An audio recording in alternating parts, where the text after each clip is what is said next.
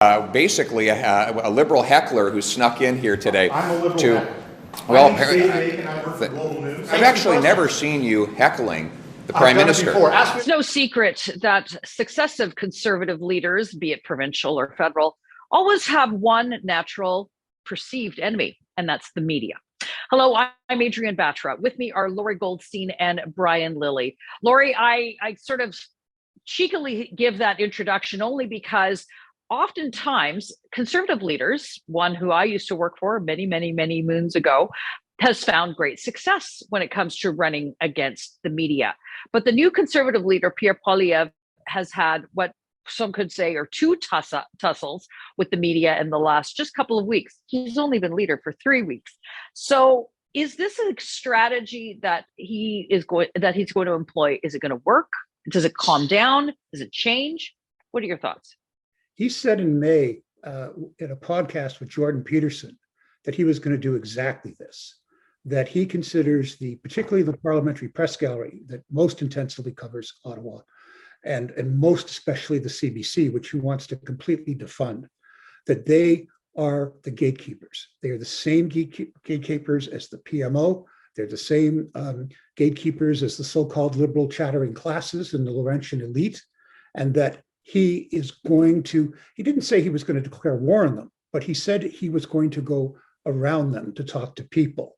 He said, whether you agree with it or not, the problem with the parliamentary press gallery is that today it considered its job to basically defend the government from the people, as opposed to defending the people from the government. And whether you agree with that or not, he was also said that the old thing was, you don't do that because you don't argue with a guy who has 10 tons or 10 barrels of ink. And he said, no, he said, when people say that to me, he goes, Stephen Harper didn't defund the CBC through his entire time in power, 9 years. They still killed us, right? So what he's doing, and I don't think he thinks this hurts him with swing voters between conservatives and liberals, and it will fire up the conservative base in fundraising. And each of these confrontations he has, the one with David Akin, who interrupted him, right? Immediately that became, see what they're doing? Send money so we can. And I think parliamentary press gallery and the media in general are going to have to be smarter, because the way to deal with that is to visibly show that you are equally critical of every party, that you aggressively question every leader the same way. That's the way to make this disappear. It's not for the media to go, as Andrew McDougall, a former senior communications conservative, to say you're essential to democracy. No, show people that you're objective and there won't be a problem. Brian, you have written multiple times that often the media holds the opposition leader far more accountable and goes more rigorously against the opposition leader than it does the government of the day, the ones pulling the purse strings. So we've seen a very prominent politician down south, former President Donald Trump. He employed similar tactics. The media is against me. I've got to fight against this, all of these sorts of things. And there are already those Pierre Trump comparisons, fairly or not. But these are your colleagues. You are, in and around the parliamentary press gallery. Is it a winning proposition for conservative to go and fight against the grain? And the second part to my question is, I feel that there is some element of success only because media trust and respect in media is so low. There is such frustration with the media in general amongst the public. So I'll just put those to you. So look, I don't think it hurts him, and Stephen Harper did it before him, but he did it in a different era. I remember conservatives explaining to me when I was still a regional reporter that they planned to go around the parliamentary press gallery, but back then they didn't have social media. I don't even think YouTube existed when I first heard of this strategy. They were going to go to regional players. And so they would go to a lot of the small town newspapers and do interviews with them, submit op-eds. They would do talk radio across the country, private talk radio, not CBC. And they would use these regional outlets to get their message out without using the parliamentary press gallery. I'll say this, there are good reporters and good journalists in every single shop on the Hill, but there are activists as well. And, I'm constantly the pushback when I say that most journalists lean liberal, not even left-wing, they lean capital L liberal, is, oh, that's not true. Look at the endorsements of the newspapers. Well, that's the owners. The actual journalists, and Lorrie knows this, Lorrie was in the Queen's Park Press Gallery. I'm in the Queen's Park Press Gallery now. I was 15-year member, roughly, of the Parliamentary Press Gallery. They lean liberal. And the first person I heard tell me that when I got on the Hill, I mean, I knew it already, but the first person I heard complain about it was an NDP staffer for Jack Layton, who said, we can't even get in a story. They cut us at the bottom because they're so busy promoting the Liberals. And now they, most of the galleries seem to think that they've got to hold the opposition to account rather than the government. So they ask tougher questions.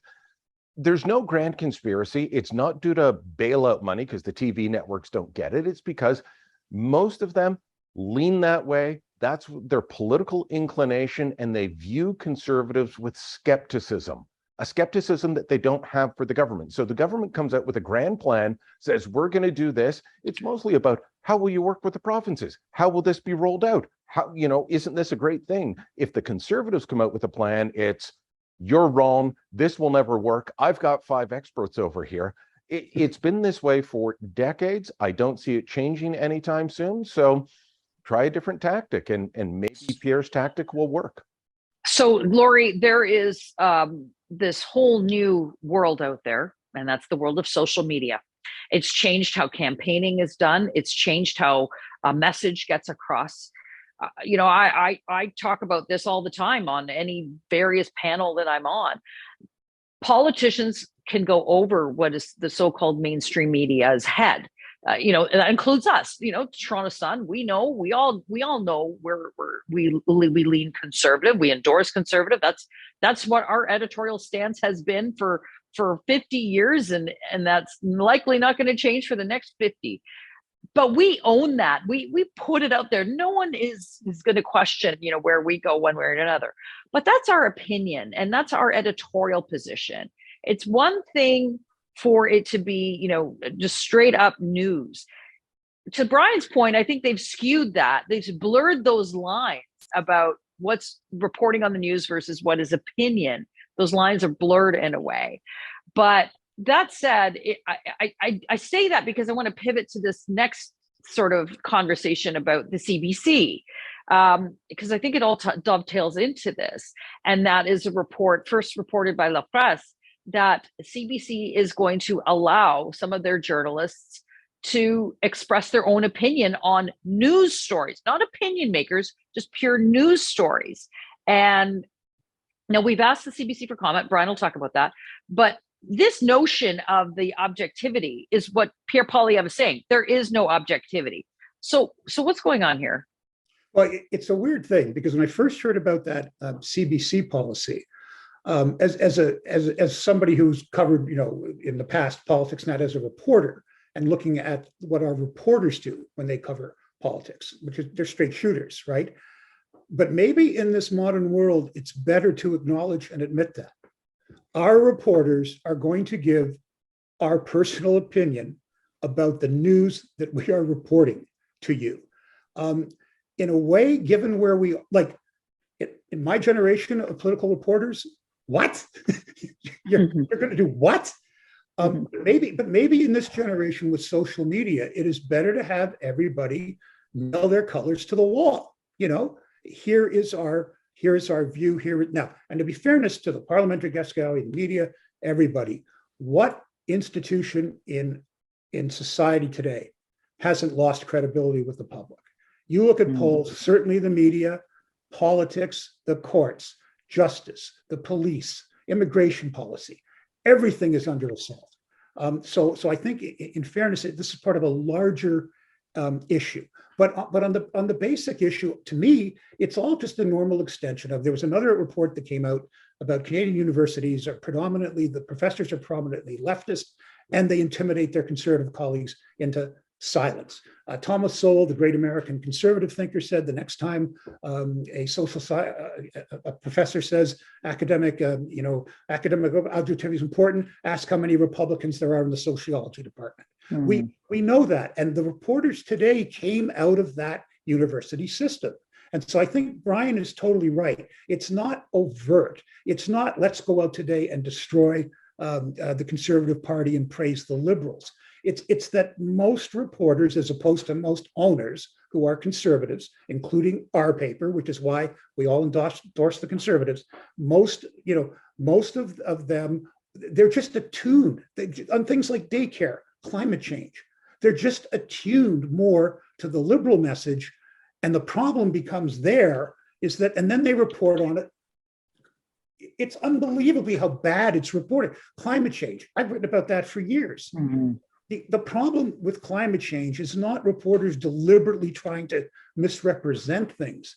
It's that a lot of them don't know the stuff, so they go to default, which is their Liberal position. Oil and gas is bad, right? Oil and gas is bad. Well, yeah, it also saves many more lives than it kills. So therefore, the Liberal position is right, even if the Liberal position doesn't do anything, which it hasn't. Brian, I'm going to give you the last word on this. Just in practicality, what is it exactly that the CBC union is asking for? It's something that if their journalists present their own personal opinion on a story, they're reprimanded, and so the union wants to have them, accorded the opportunity to just say, "Look, I stand up for Black Lives Matter. I believe in all of these sorts of things. These what would be perceived as controversial or political issues." What's going on exactly? So what the union is asking for, according to this report in La Presse, and by the way, the editor-in-chief for Radio-Canada, the French arm of CBC, opposes this idea, but it looks like English CBC is headed that way or leaning towards it. We're waiting on official confirmation. But the fact that they would ask for this is such a bizarre request. But it is that minority reporter. So if you're an Indigenous reporter reporting on Indigenous issues, then you can put in your own personal viewpoint. And some people might say, well, yeah, they should. Okay, but there's more than one viewpoint within Indigenous communities across Canada, say on oil and gas development, natural resource development. There are multiple viewpoints. But of course, what this will lead to is the left-wing viewpoint being put forward by an Indigenous reporter, the left-wing viewpoint being put forward by a Black journalist at CBC. And maybe Lorrie's right. Maybe just fly your colors and let people know. That's been my complaint for ages, is that people say, well, you guys over at the Sun, you're conservative, you're biased. Well, yeah, we own it. And we're opinion people. But my problem has always been these journalists who claim neutrality, who claim objectivity, and then are anything but. Maybe this will just expose that CBC is a nest of viper leftists. I mean, maybe we'll get to that point.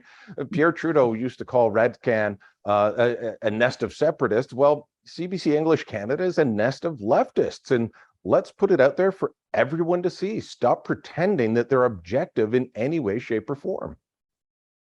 And I think that's what the public deserves, specifically when it comes to CBC, because that's nearly $1 billion of our tax dollars. Log on to Facebook and Twitter. Let us know what you think, and go to thetorontosun.com and hit that subscribe button for more information on stories like this and others where you won't find coverage anywhere else.